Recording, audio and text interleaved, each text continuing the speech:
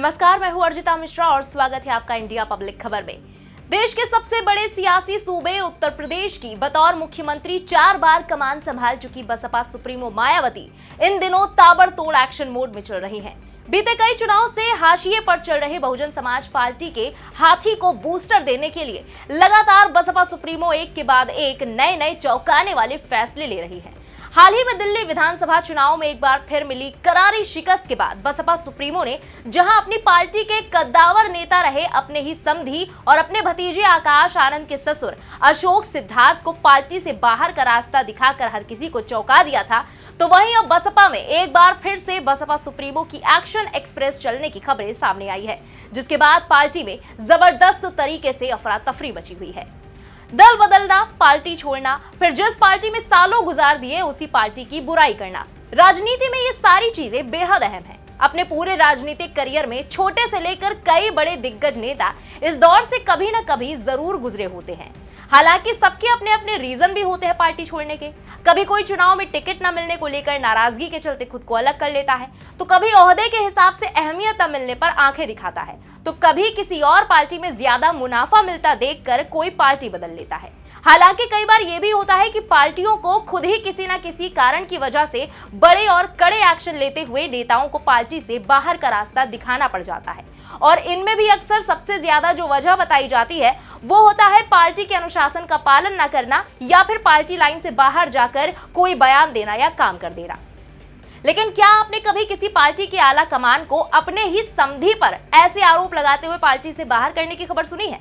दरअसल हाल ही में बसपा सुप्रीमो मायावती ने अपने भतीजे और पार्टी के नेशनल कोऑर्डिनेटर आकाश आनंद के ससुर और अपने समधी अशोक सिद्धार्थ को पार्टी से निष्कासित करके हर किसी को चौंका दिया था। अभी इस हैरान करने वाले फैसले पर गर्मा गर्म चर्चा छिड़ी हुई थी कि अब खबरें हैं कि बसपा के हाथी से और भी बड़े नेता उतरने वाले हैं।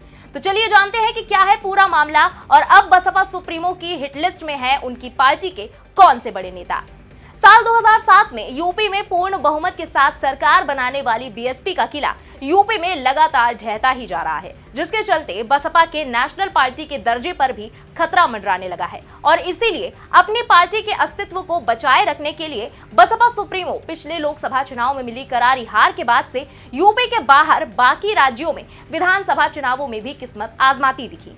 हालांकि पार्टी को हर जगह हार का ही सामना करना पड़ा, लेकिन इसी बीच बसपा सुप्रीमो का हाल ही में दिल्ली विधानसभा चुनाव में भी पार्टी की खराब परफॉर्मेंस के बाद से एक्शन रिप्ले लगातार जारी है। इसी कड़ी में उत्तर प्रदेश में एक सीट पर सिमट चुकी बहुजन समाज पार्टी में दिल्ली विधानसभा चुनाव की करारी हार के बाद बसपा सुप्रीमो ने बड़ा राजनीतिक निर्णय लेते हुए अपने ही समधी और अपने भतीजे और पार्टी के नेशनल कोऑर्डिनेटर आकाश आनंद के ससुर डॉक्टर अशोक सिद्धार्थ को निष्कासित कर दिया, जिसकी जानकारी खुद बसपा सुप्रीमो ने अपनी एक्स पोस्ट के जरिए दी।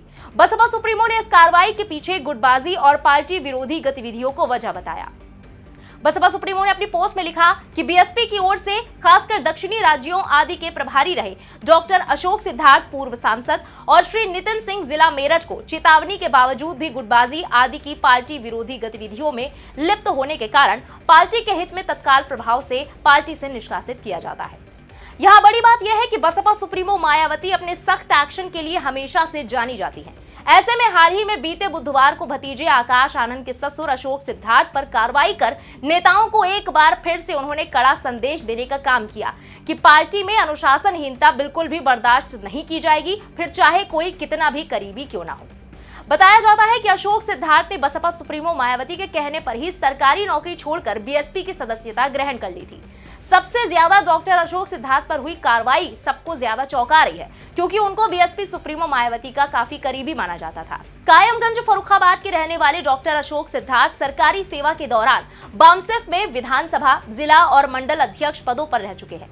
साल 2007 में वो नौकरी से इस्तीफा देकर बीएसपी में शामिल हुए थे। फिर बसपा सुप्रीमो ने उनको 2009 में एमएलसी और 2016 में राज्यसभा सदस्य बनाया था। कानपुर आगरा जोनल कोऑर्डिनेटर, राष्ट्रीय सचिव के अलावा तमिलनाडु, केरल, पुडुचेरी, जम्मू कश्मीर, हिमाचल प्रदेश, राजस्थान, एमपी, छत्तीसगढ़ और दिल्ली के भी वो प्रभारी रह चुके हैं। यहाँ तक कि अशोक सिद्धार्थ की पत्नी सुनीता सिद्धार्थ भी 2007 से लेकर 2012 तक राज्य महिला आयोग की उपाध्यक्ष रह चुकी है। उनकी बेटी प्रज्ञा सिद्धार्थ की शादी बसपा सुप्रीमो के भतीजे आकाश आनंद के साथ हुई। ऐसे में बसपा सुप्रीमो द्वारा की गई इस कार्रवाई के पीछे कोई और बड़ी वजह होने के कयास भी लगाए जा रहे हैं। लेकिन अब बसपा सुप्रीमो के कहने पर दक्षिणी राज्यों के प्रभारी रहे डॉक्टर अशोक सिद्धार्थ को पार्टी से निकाल दिया गया है। साथ ही मेरठ के पूर्व सांसद नितिन सिंह के खिलाफ भी निष्कासन की कार्रवाई की गई है। बीएसपी की ओर से बताया गया कि इन दोनों नेताओं को चेतावनी मिलने के बाद भी गुटबाजी समेत अन्य गतिविधियों में शामिल होने की खबरें थी। इसी वजह से उनके खिलाफ निष्कासन की कार्रवाई का फैसला लिया गया। तो वहीं इन सबके बीच अब बड़ी खबर यह भी सामने आ रही है कि अपने समधी अशोक सिद्धार्थ को बाहर निकालने के बाद बसपा सुप्रीमो कई बाकी पदाधिकारियों पर भी गाज गिरा सकती है।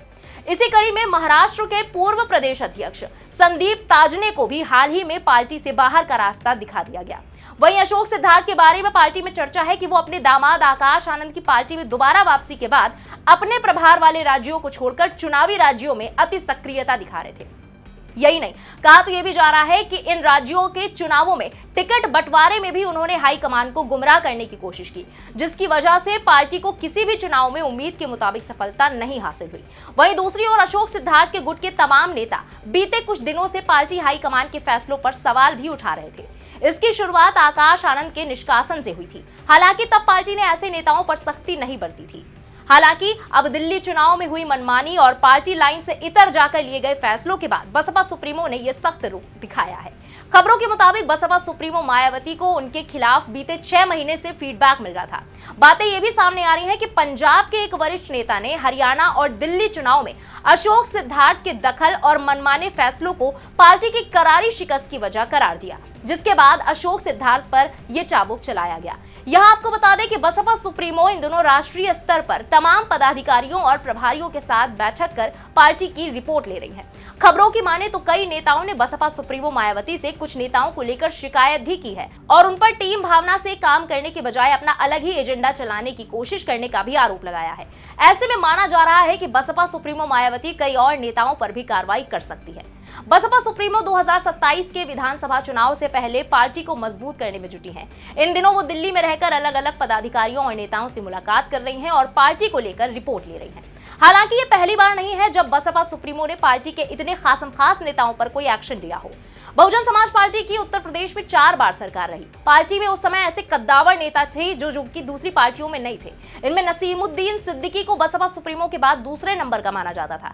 इसके अलावा स्वामी प्रसाद मौर्य, राम अचल राजभर, बाबू सिंह कुशवाहा, इंद्रजीत सरोज, आर.के. चौधरी, लालजी वर्मा और अशोक सिद्धार्थ जैसे बड़े नेता पार्टी में थे, जिसके चलते सिर्फ यूपी ही नहीं बल्कि देश भर में पार्टी का दबदबा माना जाता था। हालांकि फिर धीरे धीरे पार्टी के नेताओं पर अनुशासनहीनता का आरोप लगाते हुए बसपा सुप्रीमो ने एक्शन लेना शुरू किया और उन्हें पार्टी से बाहर कर दिया।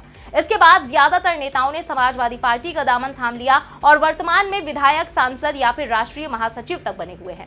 जबकि बहुजन समाज पार्टी की हालत ये हो गई है कि बसपा सुप्रीमो मायावती के बाद कोई ऐसा नामचीन चेहरा पार्टी में नहीं रह गया जो जनता से सीधे तौर पर जुड़ा हो। गौर करने वाली बात यह भी है कि बसपा सुप्रीमो मायावती चुनाव में गिनी चुनी जनसभाएं ही करती हैं, जिसके चलते जनता पर उसका खास प्रभाव नहीं पड़ पा रहा।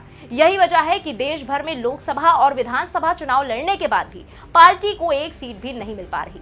बसपा सुप्रीमो मायावती की कार्रवाई का अंदाजा इस बात से भी लगाया जा सकता है कि जब लोकसभा चुनाव के दौरान भतीजे आकाश आनंद ने सीतापुर में रैली के दौरान कुछ ऐसा भाषण दिया जो बसपा सुप्रीमो को नागवार गुजरा, तो इसके बाद उन्होंने अपने भतीजे पर भी कार्रवाई कर दी। पार्टी का उत्तराधिकारी घोषित करने के बाद उनसे ये पद वापस ले लिया गया। हालांकि जब सब मामला शांत हो गया तब फिर से भतीजे को वही पद वापस कर दिया गया।